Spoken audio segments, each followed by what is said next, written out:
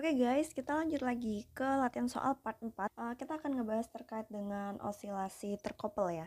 Nah, jadi di osilasi terkoppel ini adalah ketika dua atau lebih sistem gerak harmonik sederhana atau sistem osilasi yang saling berinteraksi dan mempengaruhi satu sama lain gitu.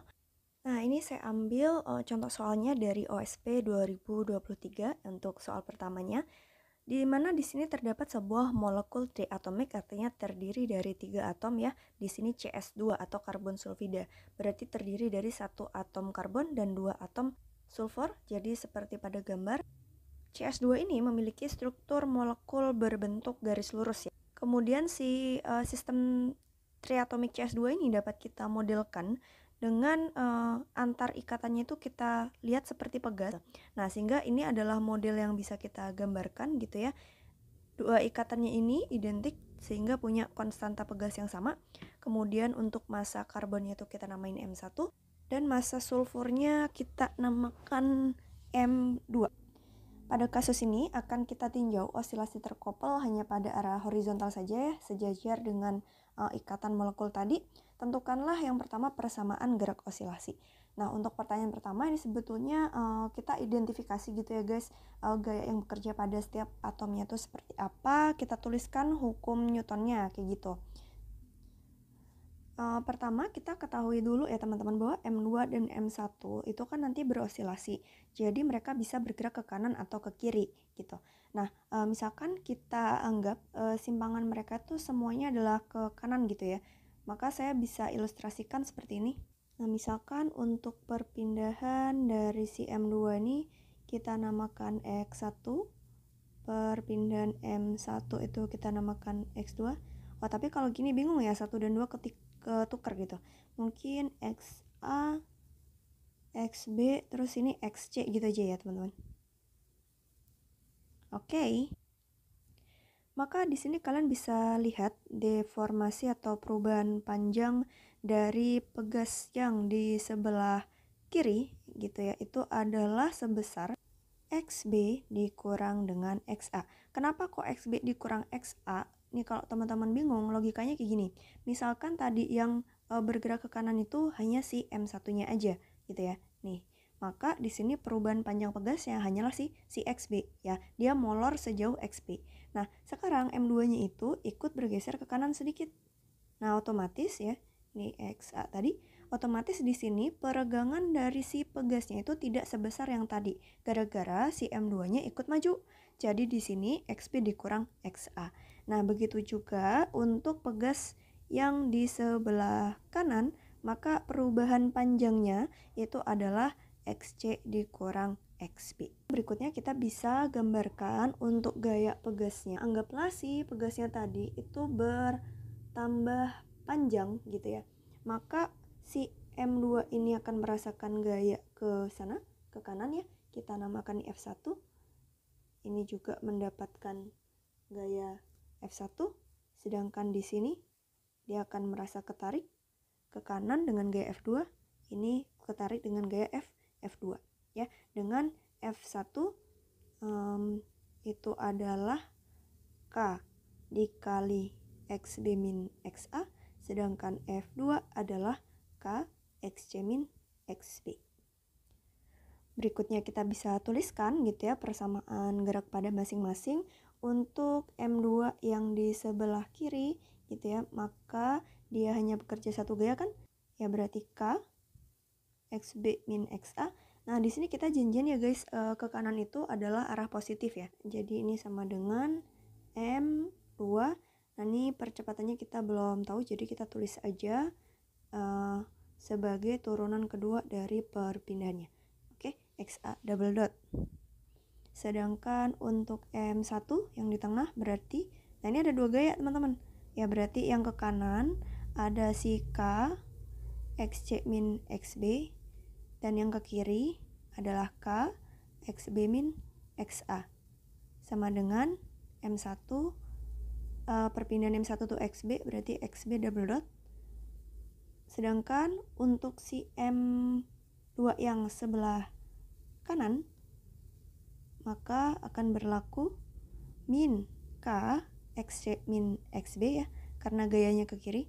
sama dengan M2 XC double dot. Ini kita namakan persamaan 1, ini 2, ini 3. Nah, ini sebetulnya kita sudah selesaikan untuk persamaan gerak. Jadi soal yang A sudah terselesaikan. Berikutnya adalah kita diminta menentukan seluruh nilai kuadrat kecepatan sudut osilasi ya. Nah, jadi teman-teman untuk menyelesaikan frekuensi sudutnya atau kecepatan sudutnya itu biasanya kalau osilasi terkopel lebih gampang kalau kita pakai matriks.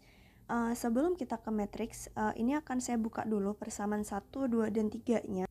Kita bikin nanti ada urutan KXA, KXB, KXC gitu supaya nanti lebih mudah untuk dimasukkan ke dalam matriks gitu ya. Nah, jadi persamaan 1 itu dapat saya tulis menjadi min KXA plus KXB. Ini jadi berurutan. Ini sama dengan M2 XA double dot. Kemudian nanti supaya di sebelah kanan itu tinggal percepatannya, maka ini kedua ruas kita bagi dengan M2 ya. Jadi ini K per M2, ini K per M2. Nah, jadi ini tinggal XA double dot. Oke, kemudian persamaan 2 dengan cara yang sama, maka kita punya yang ada XA-nya nih min jadi plus ya. Jadi KXA yang ada XB-nya ini ada 2 ya, minus jadi min 2 KXB. XC-nya ada 1 positif.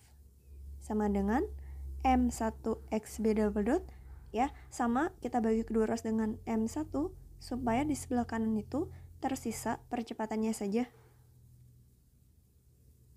XB double dot. Oke ya, persamaan 3 berarti menjadi KXB ya, KXB ditambah KXC.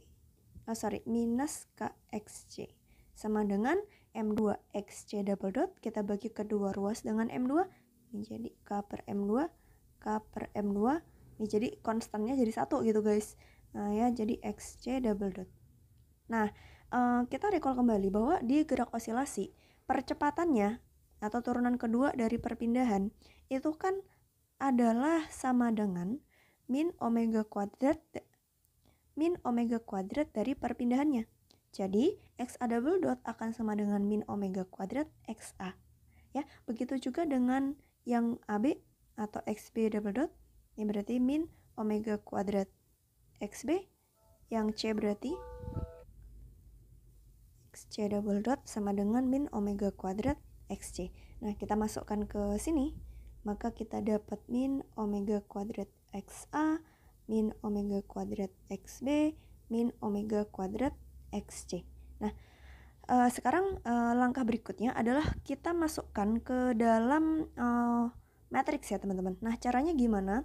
Sebetulnya teman-teman tinggal menggunakan aturan dasar dari matriks. Kalian ingat apabila kita punya AX plus BC, ini kan sebetulnya dapat kita tuliskan dalam bentuk perkalian matriks. Ini sama dengan suatu matriks satu baris dengan komponen A dan B dikali dengan matriks satu kolom dengan komponen, ini bukan C tapi Y ya, X, Y ya. Karena kita ingat perkalian matriks itu adalah ini kali ini ditambah ini kali ini. Nah, sama halnya dengan persamaan kita tadi, itu dapat kita tuliskan juga dalam bentuk matriks seperti ini. Nah, pada persamaan 1, 2, 3 tadi, kalau kalian lihat, itu ada XA, XB, XC. Dan kita udah urutin sebetulnya ya, supaya kalian nggak bingung waktu masukin ke matriks. Ini XA, XB, dan XC-nya itu sebetulnya bisa kita keluarkan. Ini jadi XA, XB, XC. Nah, berarti matriks yang ada di depannya itu adalah konstanta-konstantanya yang ada di depan XA, XB, dan XC. Contoh dari persamaan pertama itu ada min K per M2 XA ditambah K per M2 XB, ya C-nya nggak ada gitu.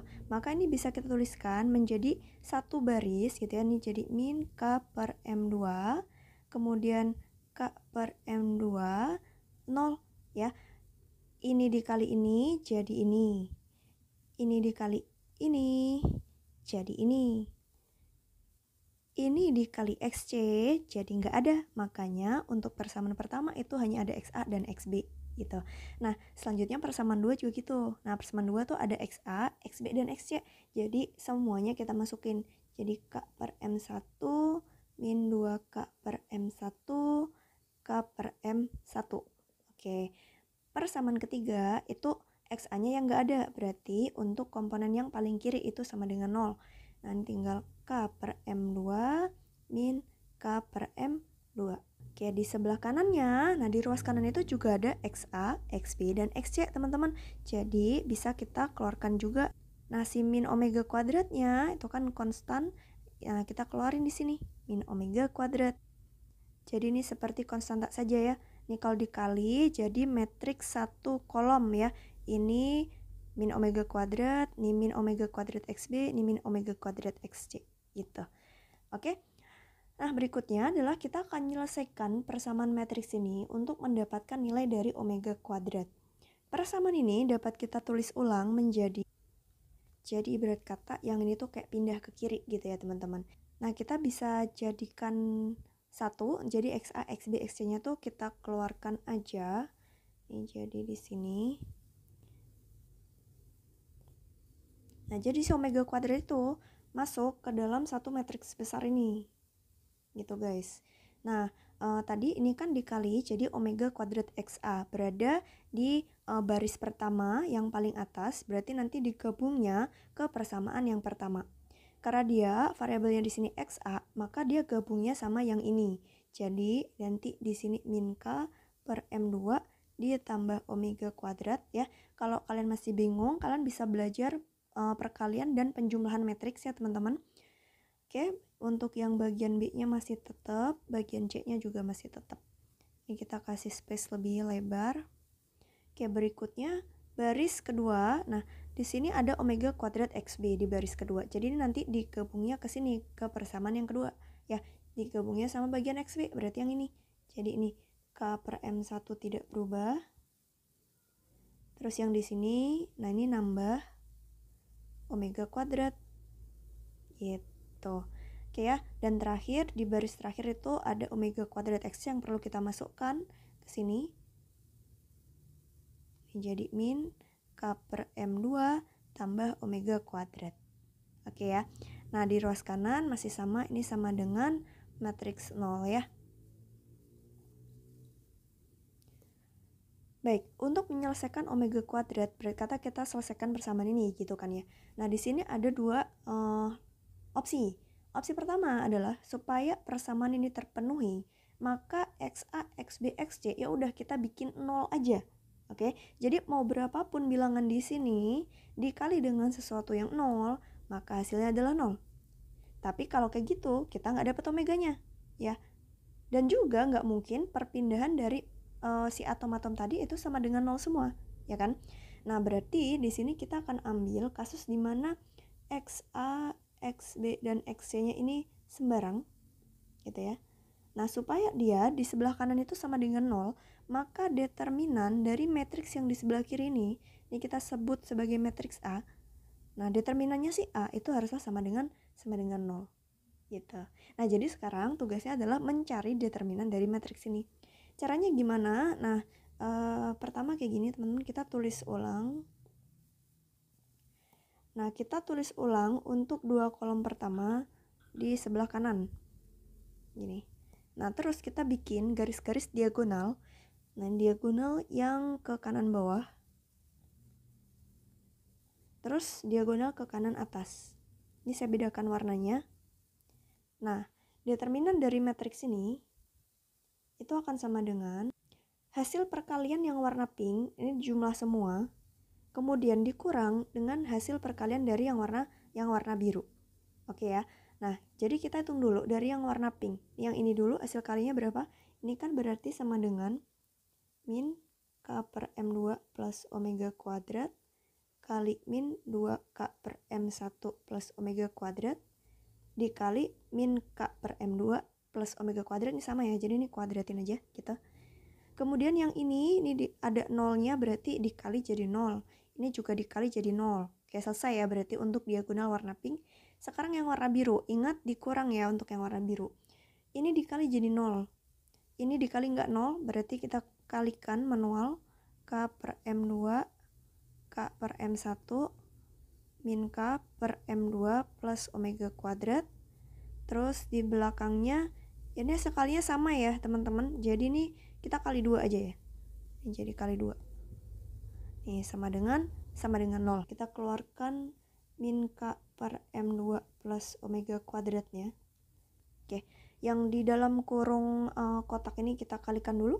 Ya, ini jadi plus 2K kuadrat M1 M2 plus minus ya K per M2 omega kuadrat min 2K M1 omega kuadrat plus omega pangkat 4 yang belakang 2K kuadrat M1 M2.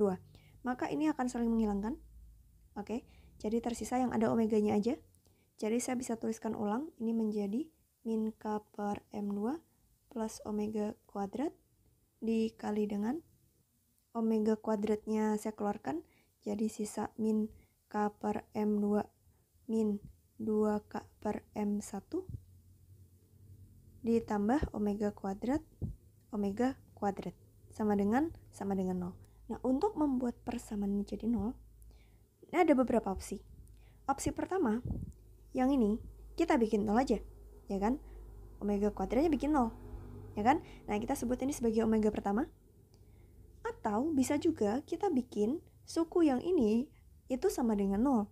Artinya omega kuadratnya haruslah sama dengan K per M2. Biar ini nanti 0 dikali dengan apapun ya jadi 0 gitu.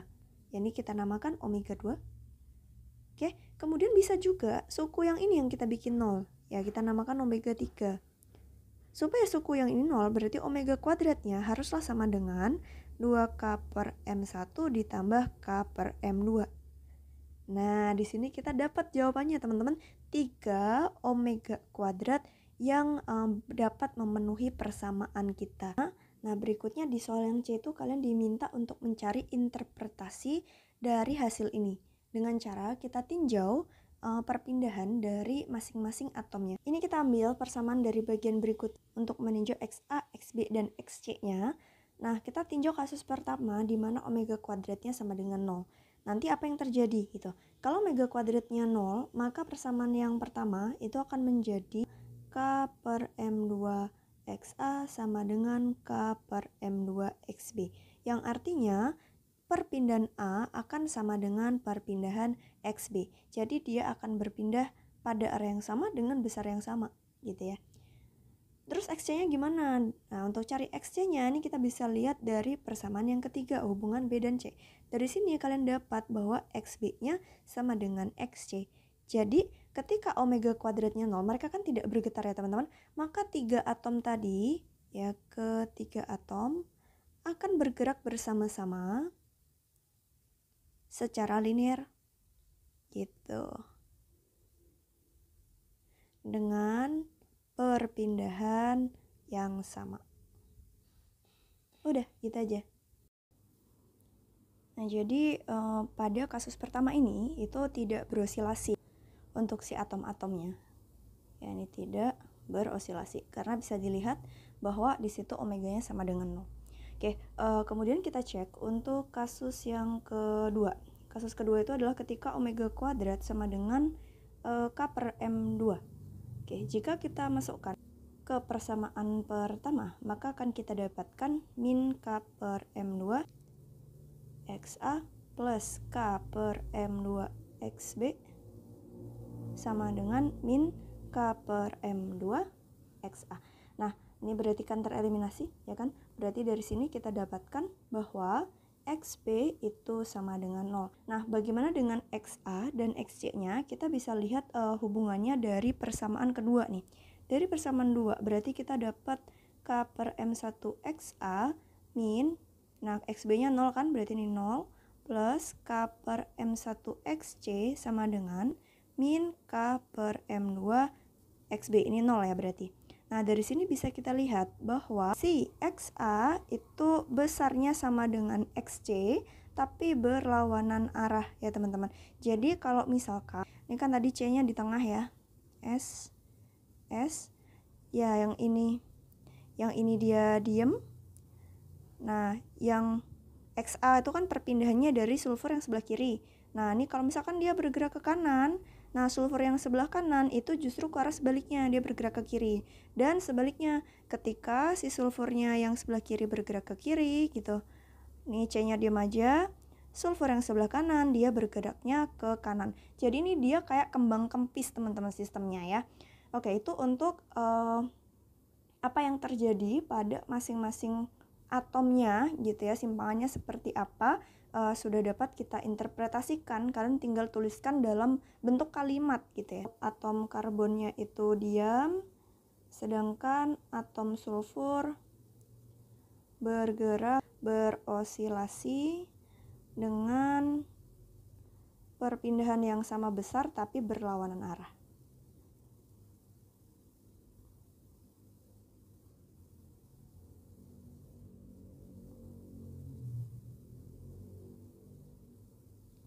Oke, kita lanjut ke kasus yang ketiga. Kasus yang ketiga itu adalah ketika tadi omega kuadratnya itu sama dengan 2K per M1 plus K per M2. Oke, sebetulnya langkahnya sama guys, ini tinggal dimasukkan saja ke persamaan 1 ataupun 2 gitu, ataupun 3 gitu ya. Persamaan 1 maka kita dapat min K per M2 XA ditambah K per M2 XB itu sama dengan min omega kuadrat, berarti ini 2K M1 K per M2 XA. Oke, maka nanti akan tersisa K per M2 XB sama dengan min 2K per M1 XA. Begitu ya. Maka kita dapatkan XB itu sama dengan min 2 M2 per M1 XA. Oke ya. Jadi kemudian untuk perpindahan dari si C kita bisa lihat dari 2 atau 3 ya, kayaknya lebih pendek kalau dari persamaan yang ketiga. Maka kita dapat K per M2 XB min K per M2 XC sama dengan min omega kuadrat XC. Oke, dari sini berarti kita dapatkan K per M2 XB itu sama dengan min 2K per M1 XC. Begitu ya. Maka di sini kita ketahui bahwa XB itu adalah sama dengan min 2M2 per M1 XC. Nah, kalau kita compare persamaan ini dan ini kita bisa ketahui berarti XA sama dengan XC ya. Oke teman-teman, nah berarti kalau begitu di sistem ini penjelasannya gimana pergerakannya? Setiap atom itu bergetar, ya, setiap atomnya bergetar.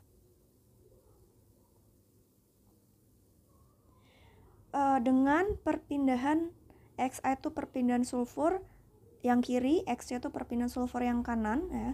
Berarti dengan atom sulfur berosilasi dengan perpindahan yang sama ya. Jadi atom-atom sulfurnya berosilasi dengan perpindahan yang sama, arahnya pun sama. Oke. Sedangkan untuk atom B itu kan perpindahannya atom karbon ya. Atom C itu bergetar atau berosilasi dengan perpindahan sebesar min 2M2 per M1 XC gitu aja. Jadi berlawanan arah ya, berlawanan arah. Oke, ini kita ambil nilai positifnya aja nih, besarnya perpindahan segitu, berlawanan arah dengan atom sulfur. Jadi kalau kita bayangkan gerakannya itu kayak gini, misalkan nih sulfurnya lagi ke kanan, nah justru karbonnya itu dia ke kiri gitu. Ini yang di tengah si pegasnya tadi ya teman-teman ya. Ya, ini kayak gini. Dan sebaliknya ketika sulfurnya itu ke kiri gitu ya, maka justru karbonnya itu ke kanan. Kayak gitu teman-teman. Nah, sebetulnya di soal tadi bagian DE-nya itu disebut massa sulfur dan massa karbonnya, di mana massa sulfurnya itu 32, massa karbonnya itu 12. Jadi kalau misalkan si sulfur itu tadi kan M2, karbon itu kan M1. maka perbandingan M2 dan M1 itu sama dengan 32/12. Ya, bagi 4 ini 8, ini 3 ya, jadi 8/3. Maka untuk XB dapat kita tulis ulang sebagai min 2 kali 8 berarti 16/3 XC. Nah, jadi ini ya, si XB-nya atau perpindahan dari atom C-nya itu lebih besar daripada perpindahan dari atom-atom sulfur tadi. Hanya saja arahnya berlawanan. Mari kita lanjutkan ke bagian D dan E-nya. Nah, pada bagian D dan E di situ disebutkan bahwa frekuensi osilasi sistem ini dapat diukur dengan menggunakan spektroskopi infrared dan Raman. Setiap mode osilasi yang mana? Yang tadi ya, yang omeganya tidak 0, teman-teman, itu menghasilkan panjang gelombang radiasi tertentu. Pada sistem diperoleh dua panjang gelombang, lambda 1 dan lambda 2, yang ini kayak maksudnya berkaitan ya, saya tipu.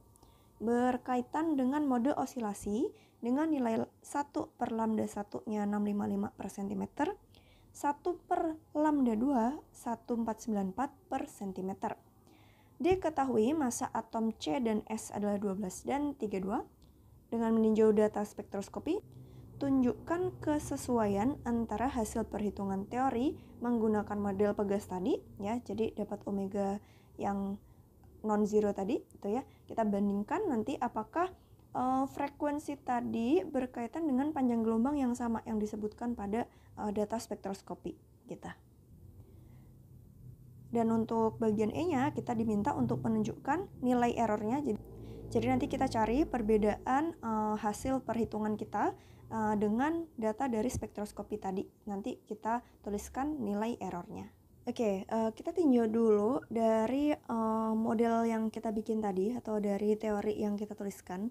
Itu kan dapat omega kuadrat sama dengan K per M2 dan omega kuadrat sama dengan 2K per M1 plus K per M2. Nah, berarti untuk omega itu adalah akar K per M2 untuk yang ini. Dan yang ini omega sama dengan akar dari 2K per M1 plus K per M2. Kita hubungkan sekarang frekuensi sudut ini dengan panjang gelombang. Kita ketahui bahwa omega itu kan 2πf ya, teman-teman. Jadi kita dapat frekuensi.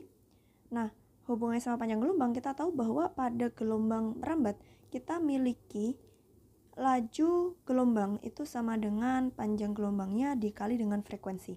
Oke, karena ini gelombangnya adalah gelombang elektromagnetik ya, tadi infrared dan juga Raman, maka untuk kecepatan atau lajunya itu sama dengan kecepatan cahaya ya. Jadi yang 3 kali 10 pangkat 8 gitu.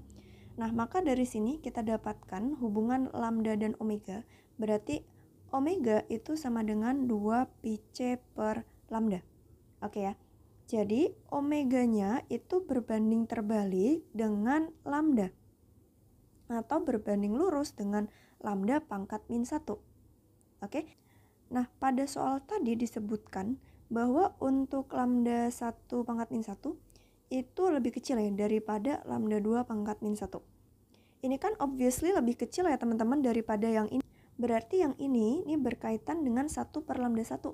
Karena nilainya sama-sama lebih kecil daripada yang ini. Yang ini lebih besar nih karena ditambah 2K per M1. Jadi ini kita sebut sebagai omega 1, ini kita sebut sebagai omega 2.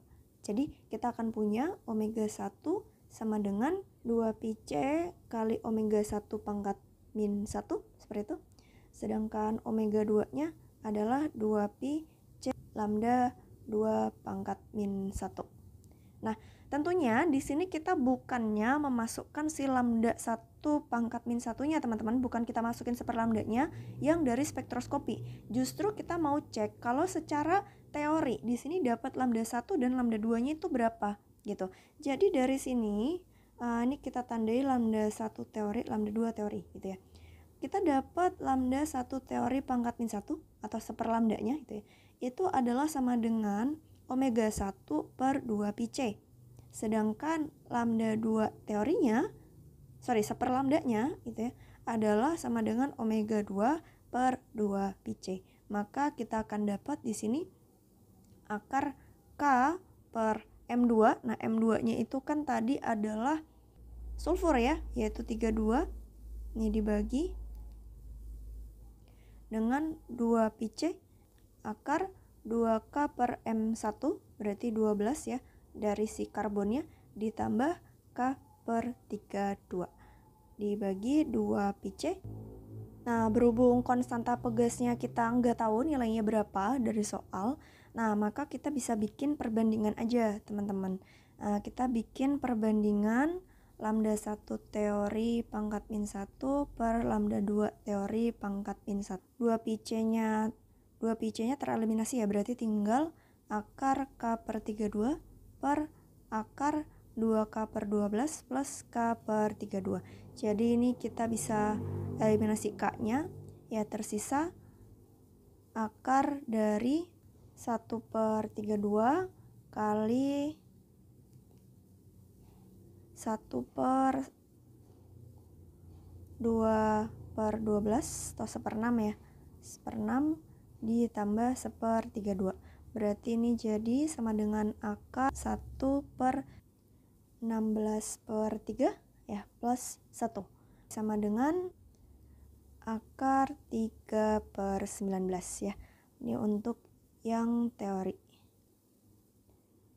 Oke, nah sedangkan untuk perbandingan seperpanjang gelombang dari yang spektroskopi gitu ya. Yang spektroskopi itu kita punya 655 per 1494. Nah, kita compare hasil perhitungannya, ini jadi 0,3974, sedangkan yang ini itu kisaran 438,4 ya. Nah, kalau kita lihat di sini sebetulnya tidak berbeda jauh ya. Ini kalau dibulatkan sama-sama 0,4. Berarti di sini kita bisa simpulkan bahwa modelnya itu cukup sesuai ya. Karena perbandingan dari panjang gelombangnya itu cukup mirip gitu ya. Kita bisa tuliskan karena perbandingan panjang gelombang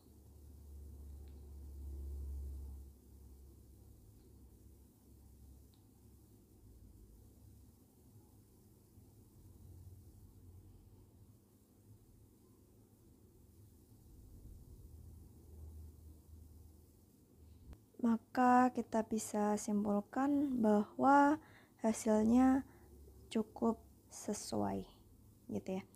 Nah, berikutnya kita akan cari error yang didapatkan. Untuk errornya kita cari dalam bentuk perbandingan saja. Error itu sebetulnya bisa kita hitung dengan selisih hasil teori dan eksperimen gitu ya, terhadap hasil dari teori dikali 100% gitu. Maka kalau kita mau cari punya kita ya pakai yang perbandingan aja karena K-nya nggak punya ya, berarti di sini lambda 1 pangkat min 1 teori, lambda 2 teori pangkat min 1 dikurang lambda 1 pangkat min 1, lambda 2 pangkat min 1 dibagi lambda 1 pangkat min 1 yang teori per lambda 2 pangkat min 1 yang teori kali 100%. Oke, coba kita masukkan ya. Berarti di sini ada baiknya sih kalau masukin ke kalkulator, kalian masukinnya masih dalam bentuk pecahannya aja teman-teman, untuk menghindari error dari perhitungan gitu. Nah, jadi ini kita masukinnya itu masih yang dalam bentuk akar 3 per 19 dan 655 per 14994 dibagi akar 3 per 9 kali 100%. Ini 19 ya. Ini nanti dapatnya 0,1 dikali 100% ya. Berarti kira-kira dia 10% errornya. Oke ya. Baik, saya rasa untuk satu contoh osilasi terkopel sudah kita selesaikan. Kita akan bahas lagi contoh yang lain di video berikutnya ya. Oke, sampai ketemu lagi. Bye-bye.